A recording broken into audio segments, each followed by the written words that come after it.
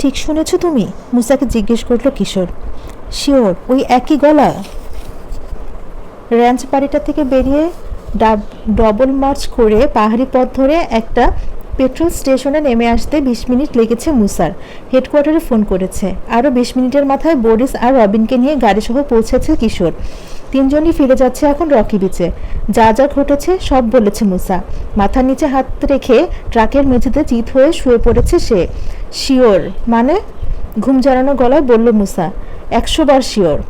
Mister Wolfie তখন phone ধরেছিল। ওই একই কণ্ঠ টেনে টেনে কথা বলে। মাথা ঝাঁকালো কিশোর। নিচের ঠোঁটে চিপটে কাটা শুরু হয়েছে। মাথা মুন্ডু কিছু বুঝতে পারছে না। কেন একজন তার নিজের পুলেই একটি তিমি লুকিয়ে রেখে ওটাকে খুঁজে বের করার অনুরোধ জানাবে, আবার তার জন্য $100 পুরস্কার ঘোষণা করবে? অনেক ভেবেও কিছু বুঝতে পারল না কিশোর। এখন আর পারবে না। বুঝতে পারল প্রশ্নটা মনে নিয়ে ঘুমাতে হবে। হয়তো ঘুম ভাঙার পর পেয়ে যাবে জবাব। প্রথমে মুসার বাড়িতে তাকে নামিয়ে দেয়া হলো। তারপর রবিনকে বাড়িতে পৌঁছে দিয়ে ইয়ার্ডে ফিরে এলো বরিস আর কিশোর। কথা হয়েছে আগামী সকালে যত তাড়াতাড়ি পারে এসে হেডকোয়ার্টারে মিলিত হবে 3 গোয়েন্দা। পরদিন রবিন এলো সবার পরে। মা আটকে দিয়েছিলেন। সবাই বেরোতে যাচ্ছিল। রবিন ডেকে বললেন নাস্তার পর অনেক কাপ ডিশ জমে আছে, ওগুলো ধুয়ে দিয়ে গেলে তার উপকার হয়। ইয়ার্ডের এক কোণে 3 গোয়েন্দা ওয়ার্কশপের বাইরে সাইকেল রাখলো রবিন। একটা ওয়ার্ক বেঞ্চের ওপাশে জঞ্জালের গায়ে কাত হয়ে যেন অবহেলার পড়ে রয়েছে একটা লোহার পাত। ইচ্ছে করে রাখা হয়েছে ওভাবে। সরালো ওটা রবিন। বেরিয়ে পড়লো মোটা একটা লোহার পাইপের মুখ। এর নাম রেখেছে ওরা 2 সুড়ঙ্গ। জঞ্জালের তলা দিয়ে পাইপের অন্য মুখটা যুক্ত হয়েছে মোবাইল হোমের মেঝের একটা গর্তের সঙ্গে। পাইপের ভেতর দিয়ে হামাগুড়ি দিয়ে এসে ট্রেলারের মেঝের গর্তের মুখে লাগানো পাল্লা তুলে অফিসে ঢুকলো রবিন। অন্য দুজন অপেক্ষা করছে। ডেস্কের ওপাশে তার নির্দিষ্ট চেয়ারে বসেছে কিশোর। পুরনো একটা রকিং চেয়ারে গা ঢেকে দিয়েছে মুসা। পা রেখেছে ফাইলিং ক্যাবিনেটের একটা আধখোলা ড্রয়ারের উপর। কেউ কিছু বলল না।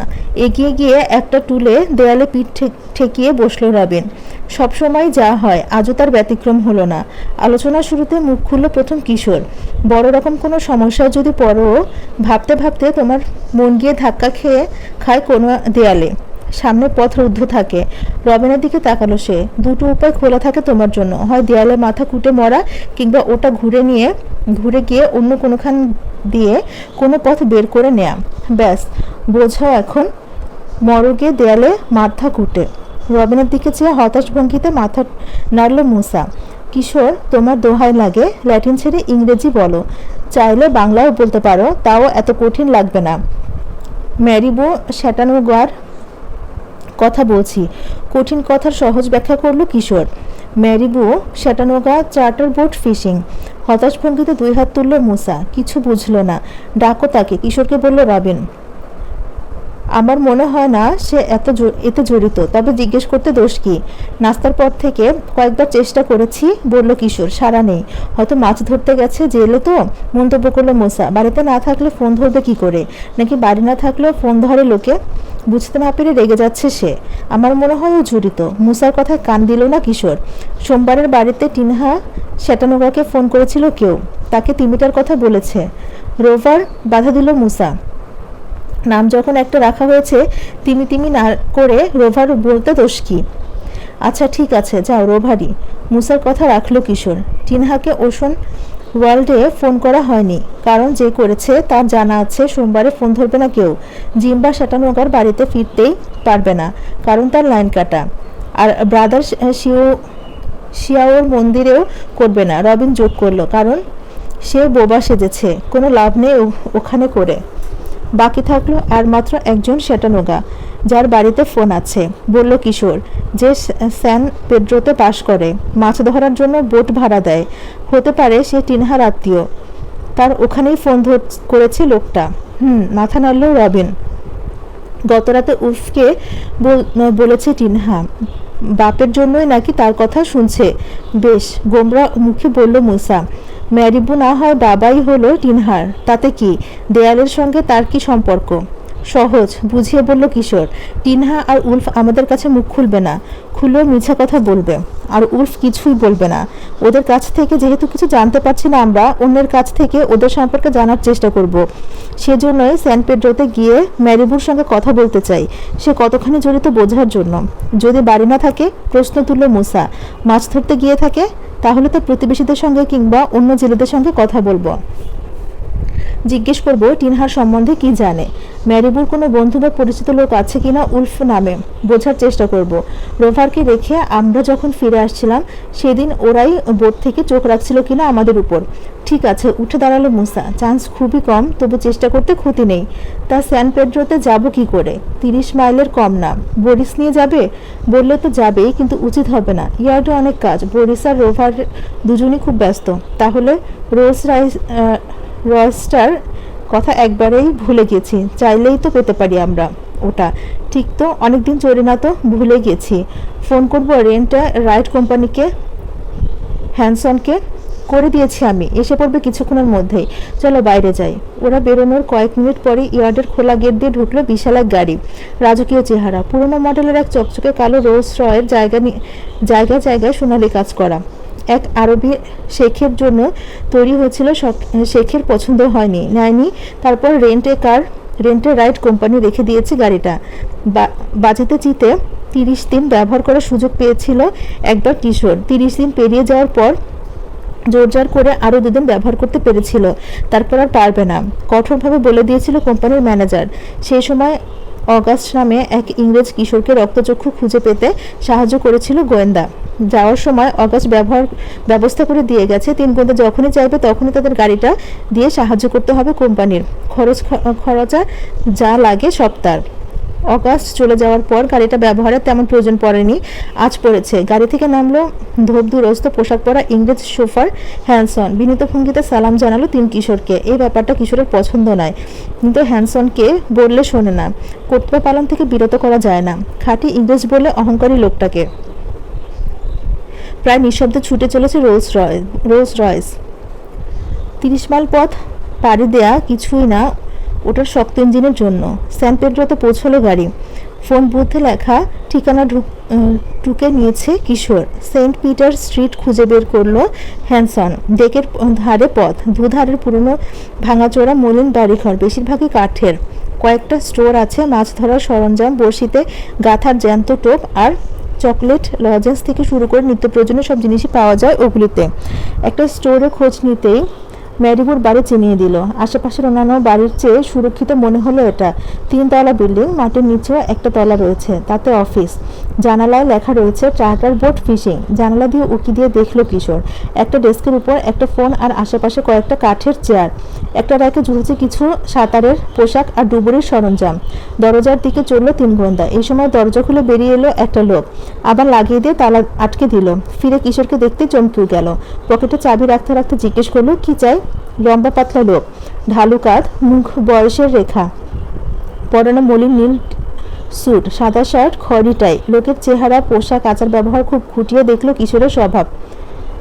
এসব থেকে লোকটা কেমন স্বভাব চরিত্রের, কি করে না করে বোঝার চেষ্টা করলো। তার অনুমান খুব কমই ভুল হয়। এই লোকটাকে দেখে তার মনে হলো কোনো ছোট দোকানে কেরানি কিংবা হিসাব রক্ষকের কাজ করে, কিংবা হয়তো ঘড়ির কারিগর। শেষ কথাটা মনে হলো লোকটার ডান চোখের দিকে চেয়ে। ডান চোখের নিচটায় অদ্ভুতভাবে কুঁচকে গেছে চামড়া, অনেকটা কাটা দাগের মতো মনে হয়। মনোফল পরে লোকটা, নয়তো ঘন্টার পর ঘন্টা ম্যাগনিফাইং গ্লাসে চোখ আটকে রাখে। ঘড়ির কারিগররা যে জিনিসপত্র ব্যবহার করে।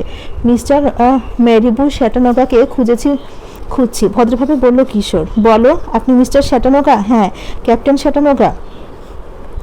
অফিসে ফোন বাজলো। দরজার দিকে ঘুরে তাকালো ম্যারিবু। খুলবে কি না দ্বিধা করলো, শেষে না খোলাই সিদ্ধান্ত নিল। আমাকে দিয়ে আর কি হবে?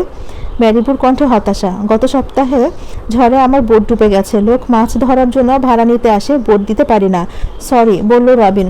আমরা জানতাম না। তোমরা কি মাছ ধরতে যেতে চাও? শুদ্ধ ইংরেজিতে বলল ম্যারিবু। কথায় তেমন কোনো টান নেই, তবে বলার ধরনে বোঝা যায় ইংরেজি তার মাতৃভাষা নয়। হয়তো মেক্সিকো থেকে এসেছে, ভাবলো রবিন। অনেকদিন আমেরিকায় আছে। না না, মাছ নয়, তাড়াতাড়ি বলল কিশোর। আপনার সাথে কথা বলতে চাই। আপনার মেয়ের কাছ থেকে একটা খবর নিয়ে এসেছি। আমার মেয়ে যেন একটু অবাক হলো মেরিবো। ও টিনহার কথা বলছো? হ্যাঁ। তা খবরটা কি? জিজ্ঞেস করলো মেরিবো। না, তেমন জরুরি কিছু নয়। মৌসুমী বলল তার সঙ্গে দেখা হয়েছিল, এদিকে আসবো বলেছিলাম। আপনাকে জানাতে বললো আজ অনেক রাত পর্যন্ত কাজ করবে সে। অ একে একে কিশোর, রবিন আর মুসার উপর নজর বোলালো মেরিবো।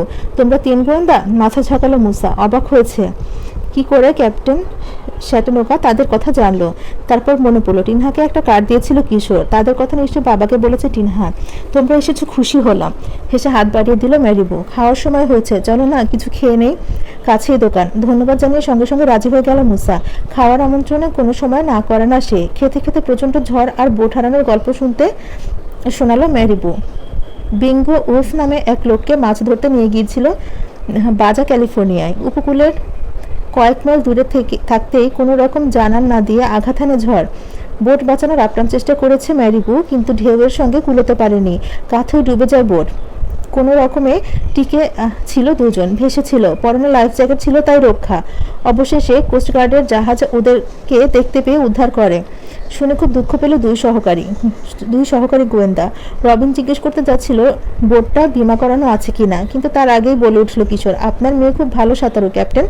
তিমির সঙ্গে যা সাঁতরায় না, ভালো ট্রেনার ও। হ্যাঁ হ্যাঁ, ওশন ওয়ার্ল্ডে অনেক দিন ধরেই এ কাজ করছে না? জিজ্ঞেস করলো রবিন।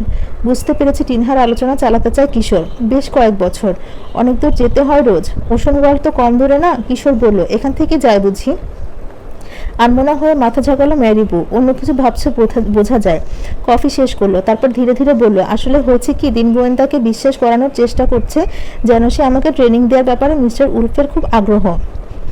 সান্তা মানিকয় পাহাড়ের উপর তার একটা বাড়ি আছে। বাড়িটার ঠিকানা দিল সে, যেটা আগের রাতে চিনে এসেছে মুসা। একটা সুইমিং পুল আছে তার বাড়িতে, অনেক বড় পুল।